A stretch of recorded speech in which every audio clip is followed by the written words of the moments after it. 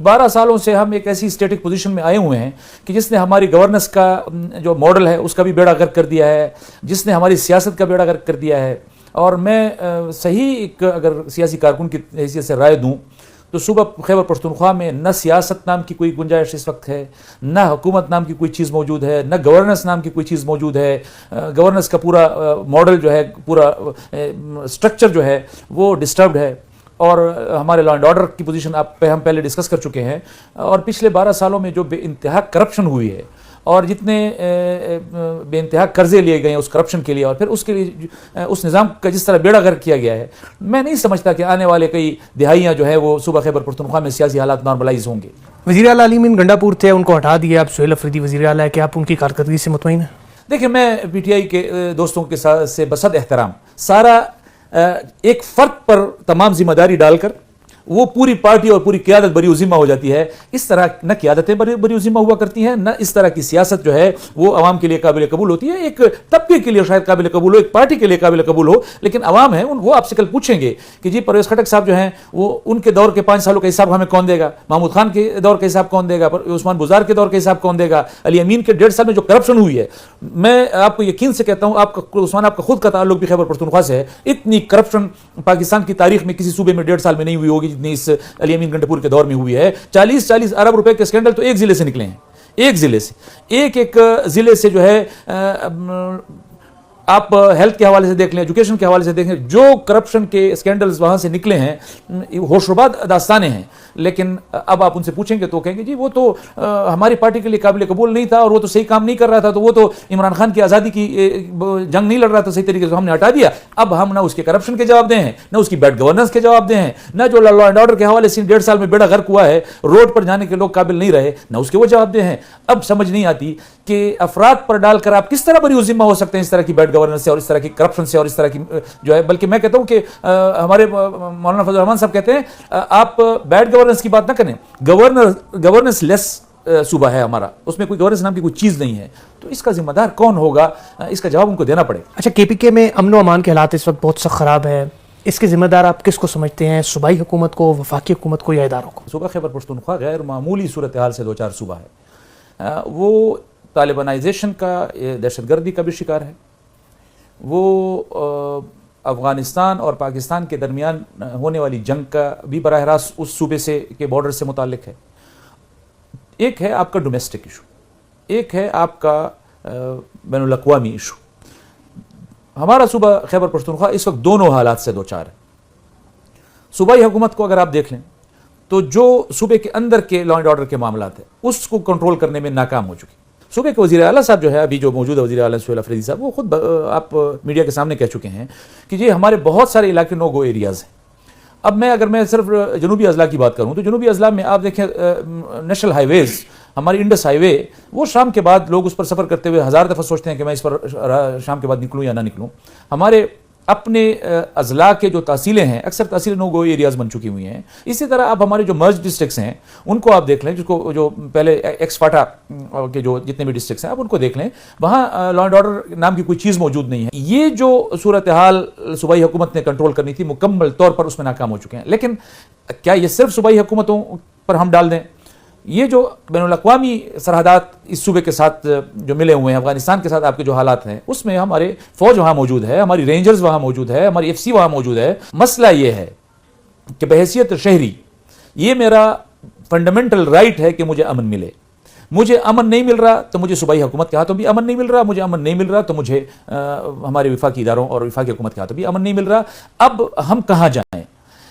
دونوں کے درمیان کوارڈینیشن بھی نہیں ہے، اس کا فقدان بھی. اس صوبے کے ساتھ کیا کرنا چاہتے ہیں ہمارے صوبائی حکومت اور وفاقی حکومت دونوں؟ میرا دونوں سے سوال ہے. اس وقت جو صورتحال ہے ہمارے صوبے کے، تو دونوں اس کے ذمہ دار ہیں. کہا جاتا ہے کہ دہشت گردوں کی پشت پناہی کی جاتی ہے، اس میں کتنی صداقت ہے؟ دیکھیں، دہشت گردوں کی پشت پناہی کا جو الزام ہے نا جی، یہ اس کو آپ یکسر مسترد نہیں کر سکتے کہ آپ کہیں کہ جی بس یہ تو ایسے خواہ مخواہ الزام ہے، یا آپ کہیں کہ نہیں یہ بالکل ٹھیک ہے. دونوں چیزیں موجود ہیں، دونوں امکانات آپ کے اس میں موجود ہیں. پہلی بات یہ ہے کہ اگر آپ اس کو انٹرنیشنلی دیکھیں تو پاکستان کی حکومت کہتی ہے کہ جو افغانستان سے لوگ آتے ہیں، جو پینیٹریٹ کرتے ہیں، جو پاکستان کی طرف آتے ہیں، اور یہاں پر دہشت گردی ہو رہی ہے تو ان کی پشت پناہی وہاں سے ہو رہی ہے، وہاں سے وہ آتے ہیں اور یہاں پر وہ دہشت گردی کی کارروائی کرتے ہیں واپس چلے جاتے ہیں. اسی طرح سے افغانستان آپ کے بارے میں یہی کہتا ہے. ایک یہ ہے بین الاقوامی پشت پناہی کی بات جو پاکستان کا الزام ہے، کس حد تک اس میں صداقت ہے، دونوں حکومتیں آپس میں بیٹھی ہوئی ہیں، بات کر رہی ہیں، لیکن بات چیت چل رہی ہے، لیکن یہ الزام ہے.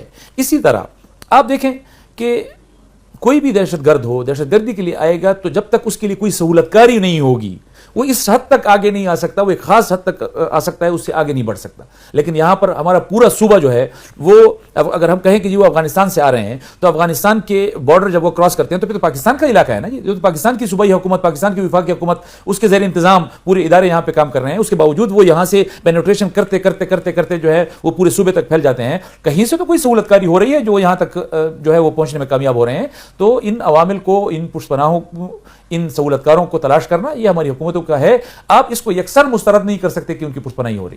اچھا، آئین میں موجود ایک انتہائی قدم گورنر راج، جس کی آج کل باتیں بازگشت کر رہی ہے، آپ کو لگتا ہے کہ خیبر پختونخوا میں گورنر راج لگ سکتا ہے؟ بدقسمتی ہوگی اگر گورنر راج ہمارے صوبہ خیبر پختونخوا میں لگے گا. دیکھیں، ایک جمہوری عمل ہوا کرتا ہے، جمہوری پروسیس ہے، اور اس پروسیس کے ذریعے ہمارے حکومتیں چلا کرتی ہیں. لیکن جب ایک جگہ پر آ کر آپ اپنے آپ کو پولیٹیکلی اور ایڈمنسٹریٹولی دونوں حکومتیں، وفاقی حکومت اور صوبائی حکومت، ایک دوسرے کے ساتھ اس طرح متصادم ہو جائیں کہ وہ سٹک ہو جائیں اور وہ کام نہ کریں اور ایک دوسرے کو گنجائش اور سپیس نہ دیں، تو پھر اس طرح کے اقدامات کی طرف اگر کوئی جاتا ہے تو میرے خیال میں یہ جمہوریت کی بھی بدقسمتی ہوگی، یہ انتظامی حوالے سے بھی اگر دیکھیں تو بدقسمتی ہوگی، یہ ایک دوسرے کو سپیس نہ دینے کے حوالے سے بھی بدقسمتی ہوگی. لیکن ہمیشہ ریاستیں جو ہیں وہ فیصلہ کرتی ہیں اور وہ اس کو چلانے کا، اس کو ایڈمنسٹریٹولی ایک اچھے اسموتھ طریقے سے چلانے کے فیصلے کرتی ہیں. تو اگر اس طرح کے ایک سٹک ہونے کی اس پر ہم پہنچ گئے، پوزیشن پر پہنچ گئے، تو پھر خارج از امکان بھی نہیں ہے لگے گا. لیکن ہمارے لیے، ہمارے صوبے کے لیے، جمہوریت کے لیے، ایک دوسرے کو سیاسی رواداری کے لیے یہ بدقسمتی کی بات.